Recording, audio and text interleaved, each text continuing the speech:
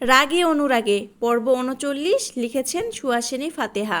Okay fine, শুধু বিয়েটা হোক, তারপর আপনার মুখ দিয়ে ভাই ডাক বের হওয়া বন্ধ করব। বলা তো যায় না, ভবিষ্যতে ছেলে মেয়ে হলে আপনার ভাই ডাক শুনে আমাকে মামা ডেকে বসবে। ঝিলিক তুষারের বুকে সামান্য ধাক্কা দিয়ে সরে আসতে চাইল। এক কদম পা বাড়িয়েছে, সবে তক্ষুনি পেছন থেকে টান পড়ল বা হাতের নরম কবজিতে। লজ্জায় মরি মরি সে। তুষার ঝিলিককে ঘুরিয়ে এনে বড্ড শক্ত করে নিজের সাথে মিশিয়ে নিয়েছে। দুদেহের সংঘর্ষ হলো প্রখরভাবে। ঝিলিকের বুক কেঁপে উঠল। নিজেকে যথাসম্ভব শান্ত করে বলল, কি হয়েছে? সবাই অপেক্ষা করছে, চলুন। তুষারের সোজাসাপটা স্বীকারোক্ত এলো, ভালোবাসি। ঝিলিক নিশ্চুপ হয়ে তুষারের বুকে মাথা গুজে পড়ে রইল। ভালোবাসে কথাটা শুনতেই কতটাই মুগ্ধ লাগছে, মোহনীয় লাগছে। ঝিলিককে আরও চমকে দেওয়ার জন্য তুষার গভীর গলায় বলল, উহু, আপনি এত সুন্দর কেন বলুন তো? আপনার চোখে চোখ রাখলে আমি নিজেকে খুঁজে পাই। মন বলে যুগ যুগ ধরে চেয়ে থাকি, নিজেকে হারিয়ে ফেলি আপনার মাঝে। আপনি ভালোবাসেন তাই আপনার চোখে আমি সুন্দর। ঝিলিক কথাটা বলে পুনরায় কিছু একটা মনে করে মিনমিনে গলায় বলল, আপনাকে একটা কথা বলবো? তুষার ঠোঁটের কোণে এক চিলতে বাঁকা হাসির রেশ ফুটিয়ে বেসুরা গলায় হিসিয়ে বলল, যত কথা আছে এই মনে গোপনে খুলে বলো আজ আমায়। গানের লাইনটা গিয়ে তুষার ফের হাসকি সুরে বলল, আমি আপনার সব কথা শোনার জন্য কান খাড়া করে দাঁড়িয়ে আছি। দ্রুত বলুন ঝিলিক, আপনি আমাকে তুমি করে ডাকেন না কেন? আপনি ডাক শুনতে কেমন জানি পরপর লাগে। তুষার ঝিলিকের মুখ নিজের বুকের থেকে সামান্য তুলে গালে এক হাত রেখে অন্য হাত দিয়ে ওর ছোট ছোট চুলগুলো কানের পেছনে গুজে দিতে দিতে নরম সুরে বলল, কিছুদিন পর আমাদের মাঝে আর কোনো দূরত্ব থাকবে না। তুমি আমি আমরা আমাদের মাঝে কেন পরপর শব্দ আসবে? তুমি যা চাইবে তাই হবে, ওকে? খেয়াল করে দেখো, অলরেডি তুমি বলেই ডেকেছি। চোখ জোড়া বন্ধ করে ঝিলিক তুষারের আরও মিষ্টি মিষ্টি কথাবার্তা শুনতে থাকলো। এগুলো শুনতে কতটাই না ভালো লাগছে। সত্যি, মৃত্যুর আগ পর্যন্ত কি তুষার তাকে এভাবে ভালোবাসবে? এভাবেই তার জন্য পাগল থাকবে? তিতলি একটা অঘটন করে বসেছে। দেওয়ালে টাঙানো ফারাজের একটা ফ্রেমে বাঁধা হাসিমাখা ছবি হাতে নিয়ে দেখতে দেখতে এক সময় হাত থেকে কিভাবে যেন ঠাস করে টাইলসে পড়ে গিয়েছে, ভেঙে চুরমার হয়ে গেছে। ভয়ে যান যা যায় অবস্থা বেচারির, সাথে কেঁদেও দিয়েছে। ফারাজের ছবি ভেঙে গিয়েছে, সে সাথে যেন তার বুকের ভেতরে মোচড় দিয়ে উঠেছে। ভাল্লুক আসলে আজকে তাকে কাঁচাই চিবিয়ে খাবে। এমনিতে বুড়ো বলায় শাস্তি দেওয়ার জন্য হাতে নাতে ধরার সুযোগ খুঁজতেছে। গতকাল রাতে তো সে রুমেই থাকতে চায়নি। কত ফন্দি নন্দি করে শাশুড়ি আম্মুকে বুঝিয়ে বলেছিল, আজকে আমি আপনার সাথে থাকবো আম্মু, আপনার ছেলে আসলে বলবেন আমি ঘুমিয়ে পড়েছি, দরজাটা একদম খুলবেন না। তখন উত্তরে ফারিন বেগম বলেছিলেন, ফারাজ কি তোমাকে কিছু বলেছে, বকেছে?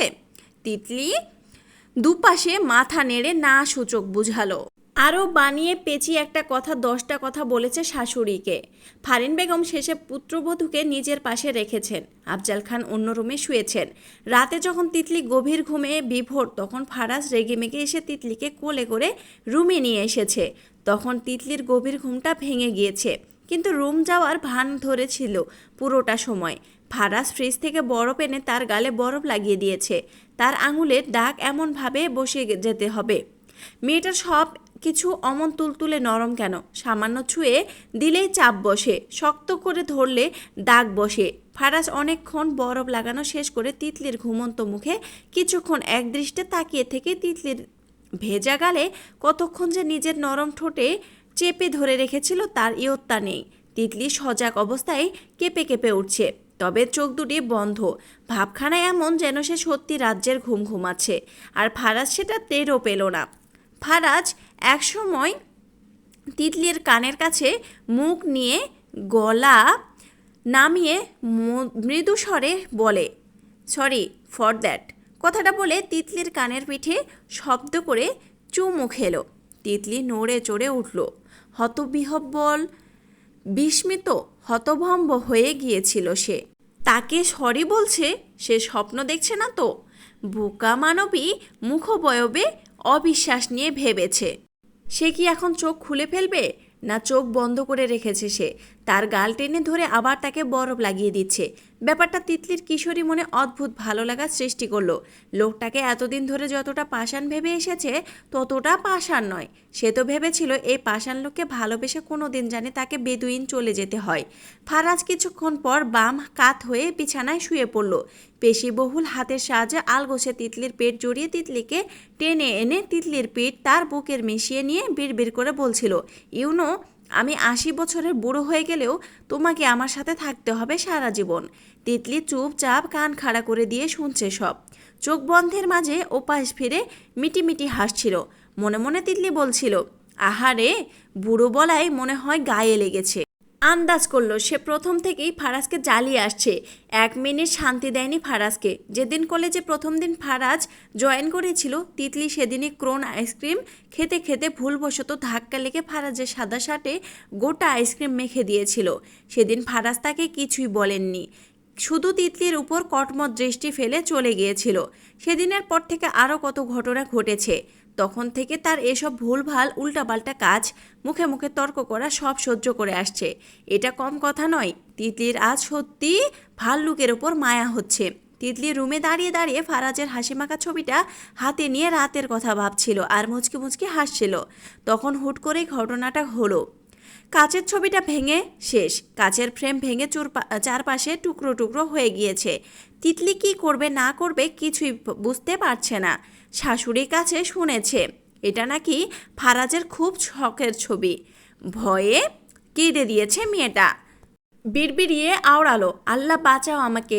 অনেকক্ষণ ভাবার পর একটা শপিং ব্যাগ নিয়ে সেটার ভেতরে ভাঙা কাচগুলো ঢোকাতেই শুরু করলো।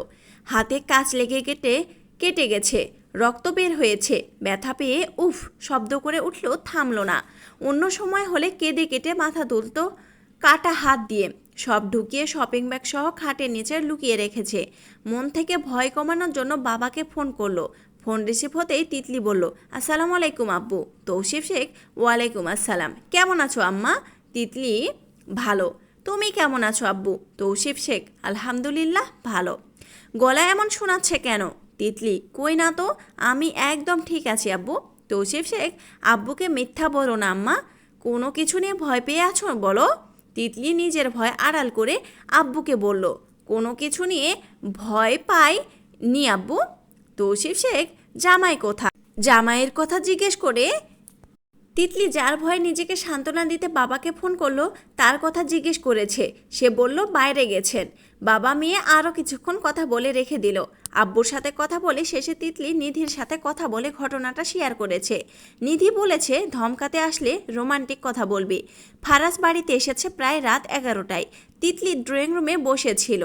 ফারিন বেগম কোমরের ব্যথা বেড়েছে, তাই টেবিলে ফারাজের জন্য খাবার বেড়ে রেখে তিতলিকে বলেছেন ফারাজ আসলে শুধু খেতে দিলে হবে। তাই তিতলি ঘুম না গিয়ে ফারাজের আসার অপেক্ষা করছে। ভাবতেই কেমন বউ বউ লাগে। ফারাজ ড্রয়িং রুমের কোনো দিকে না তাকিয়ে সোজা রুমে চলে গেল। তিতলি ফারাজের হাতে আইসক্রিমের বক্স দেখল। সে নিজেই বলেছিল আনতে। আইসক্রিমের লোভ সামলাতে না পেরে তিতলি কিছুক্ষণ পর প্লেট হাতে নিয়ে নিজেও খুশিতে গদগদ হয়ে রুমের উদ্দেশ্যে পা বাড়ালো। দরজা ঠেলে ভেতরে তাকালো। প্রথমে ফারাজের পরনে একটা ঢিলে ঢালা কালো ট্রাউজার, উপরের অংশ উদম। তিতলি মনে মনে ভাবে দৈত্যের মতো বডি এটা তাকে না দেখালে শান্তি লাগে না মনে হয়। চোরা চোখে সে ফারাজের খালি গায়ের দিকে তাকিয়ে ঢোক গেল। রুমে ঢুকে টেবিলে প্লেট রেখে বলল, আপনার জন্য ভাত নিয়ে এসেছি। ফারাজ কপালে কুচকে তাকায় তিতলির পানে। সুদর্শন মুখখানায় তার সে কি সন্দিহান ভাব। দুষ্টুমি লেপটে পরপরই গমগমে কণ্ঠে শুধায়, এতটা পরিবর্তন? মতলব তো সুবিধার লাগছে না ম্যাডাম। তিতলি সোফায় বসলো। পাশে আইসক্রিমের বক্স, হাত বাড়িয়ে সেটা হাতে নিয়ে বসলো। অনেক ভেবে চিনতে এসেছে, ছবিটা ভেঙেছে। সে কথা কি করে বলবে? তারপর পটানোর সুরে বলল, আপনি আমার 10টা না 20টা না একটা মাত্র স্বামী। আপনার জন্য নিজেকে পরিবর্তন করে নিয়েছি। ফারাজ চোখ ছোট করে তাকাতে তিতলি ফের বলল, আপনি যাওয়ার পর আপনার খালামণি রুমে এসেছিল। ফারাজ শক্ত চেহারা টান টান করে ফেলল। শক্ত গলায় বলে, কিছু বলেছে তোমাকে? দরজা লাগিয়ে রাখলে না কেন? না, কিছু বলেনি, কিন্তু এসে আপনার দেওয়ালে টাঙানো ছবিটা ভেঙে দিয়ে গেছে। তিতলি কথাটা বলে আইসক্রিমের বক্স খুলতে মনোযোগ দিয়েছে যেন সে ধোয়া তুলসী পাতা। ফারাজ ডান পাশে দেওয়ালে টাঙানো ছবিটা না দেখে রেগে গেল। মিথ্যা বলছো কেন? মিথ্যা বলছি না একদম। খালামণি রুমে এসে আপনার ছবিটা হাতে নিয়ে হাসতে হাসতে বললেন, আগে ফারাজ কত হাসি খুশি ছিল, আহারে এখন ছেলেটা কেমন গম্ভীর হয়ে গেছে, দেখলে মায়া হয়। বলতে বলতে হঠাৎ হাত থেকে ছবিটা পড়ে গেল। আপনার খালামণি চিৎকার করে উঠলেন, প্রায় কেঁদে দিয়েছেন। আমি তো ওনার নাটক দেখে অবাক হয়ে গিয়েছি।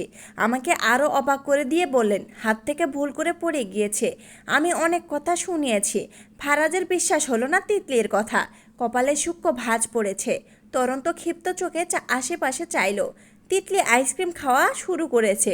সে আর চোখে ফারাজের মুখের দিকে তাকিয়ে ভাবছে, এখনও কি বিশ্বাস করছে না তার কথা। সে আবার বলল, আমাকে আবার বড় মুখ করে বলল, ফারাজ আসলে আমার কথা বলে দিও। আমি মাথা পেতে যা শাস্তি দিবে তাই মেনে নেব। ভুল যেহেতু করেছি, মেনে নেওয়াটাই বুদ্ধিমানের কাজ। তারপর চলে গেলেন। আমি অনেক কষ্ট পেয়েছি। আপনার ছবিটা ভেঙে দিল। কোমর বেঁকিয়ে আপনার ছবিটা শপিং ব্যাগে ঢুকিয়ে খাটের নিচে রেখেছি। ফারাজ খুব মনোযোগ সমেত সবগুলো কথা শুনল। আদৌ বিশ্বাস করলো কিনা কে জানে। যুবক কেমন শক্ত মেজাজ নিয়ে দরজা খুলে বাইরে যাবে।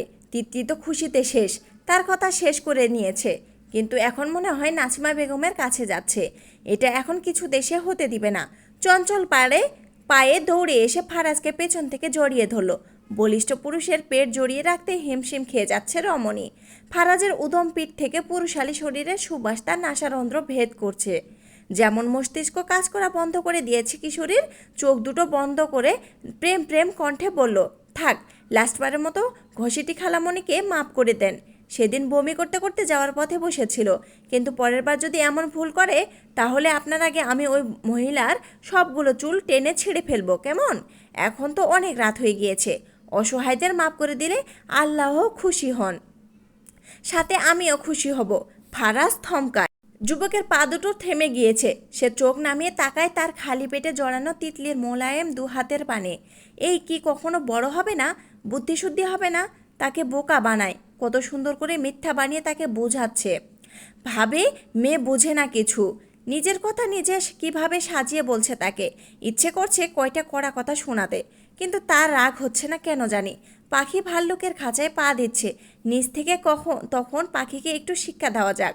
সহসা ঠোঁটের কোণে বাঁকা হাসির রেশ ফুটিয়ে শুধালো, ওটা নিয়ে তোমাকে ভাবতে হবে না। তোমাকে খুশির চূড়ান্ত লেভেল অবধি ঘুরিয়ে আনার দায়িত্ব আমার। তিতলি নিশ্চুপ হয়ে আছে। ভেবেছিল ফারাজ তার কথা বিশ্বাসই করবে না। যে ভয়টা না পেয়েছিল তার অনেক কষ্টও লাগছে ছবিটা ভেঙে যাওয়ায়।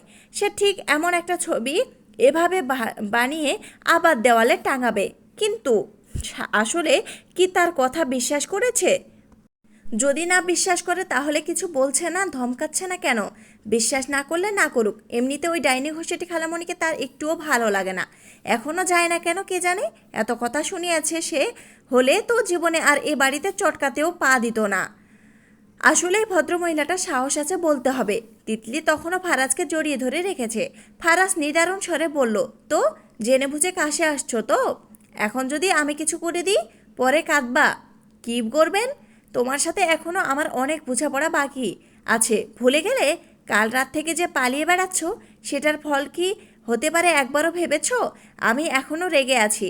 তিতলি কথা ঘোরানোর জন্য বলল, ভাত খেয়ে নিন। আমারও তো অন্য কিছু খেতে ইচ্ছে করছে। আপনার যা খেতে ইচ্ছে করবে তা নিচে গিয়ে এনে দিব। No need, you are my most favourite dish. Titli ভীতি ঢোক গিলে সে ফারাজের খালি গা দেখে ধীর লয়ে নিজের হাত আলাদা করতে থাকে। তার কেমন কেমন জানি লাগছে। এই প্রথম নিজের দোষ ঢাকতে গিয়ে উদম গায়ের ফারাজকে জড়িয়ে ধরেছে। ভাবতেই লজ্জায় মরে যাচ্ছে। ফারাজ পেছনে ঘুরে তাকায়, ঠোঁট কামড়ে হাসেছে।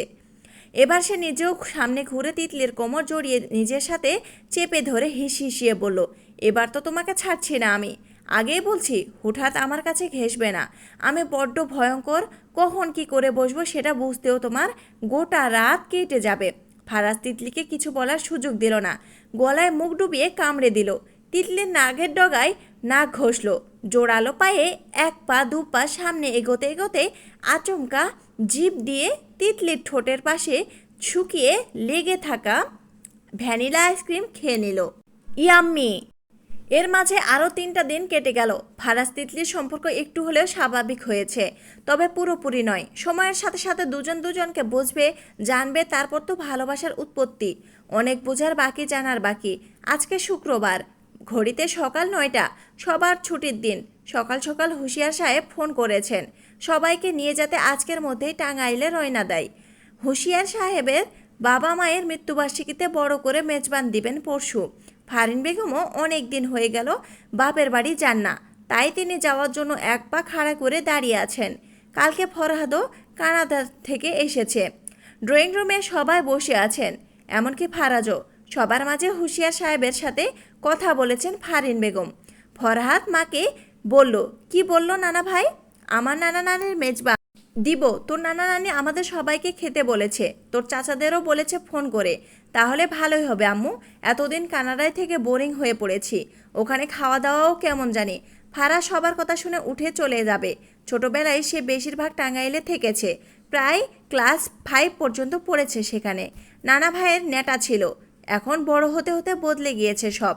বদলে গিয়েছে বলতে সে সব বদলে গিয়েছে। ভাইকে বলল, তোর ডাক্তারি পরীক্ষা আর কত দূর আছে? আরে 2টা পরীক্ষা দিতে হবে। ও, ফারাজ উঠে চলে গেল। তিতলি বসে আছে। ফারাজ চোখে চোখে তিতলিকে রুমে ডাকলো। নাচিমা বেগমও আছেন। ফারাজ চায় না নাচিমা বেগমের চোখের সামনে তার অনুপস্থিতির তার বউকে রাখতে। তিতলি তো খুশিতে আধখানা। টাঙ্গাইলে যাবে, সে তো 2 পায়ে খাড়া আছে যাওয়ার জন্য। সে আরও কথা শুনতে বসে আছে। ফারাজ যাওয়ার জন্য পা বাড়ায়। যেতে যেতে শুনে বাবার কথা। আফজাল খান পেপারস থেকে মুখ সরালেন। ফারাজের যাওয়া দেখে তিনি ভাবলেন, ছেলের মতো মত নেই, তাই স্ত্রীর মুখের দিকে তাকিয়ে চেয়ে বললেন, সত্যি যাবে বলছো তো? তোমার বড় ছেলে আদৌ যাবে কিনা সে মতামত নিয়েছো? ফারিন বেগম ছেলেকে শুনিয়ে শুনিয়ে বড় গলায় আওয়াজ করে বললেন, যাবে না তো কি হয়েছে? তার বাপ তো যাবে। ফারাজ না গেলে আমরা তিতলিকে নিয়ে চলে যাব। তোমার ছেলে বাড়িতে একা থাকুক, যখন দেখবে বউ চলে যাচ্ছে তখন ঠিকই দৌড়াবে।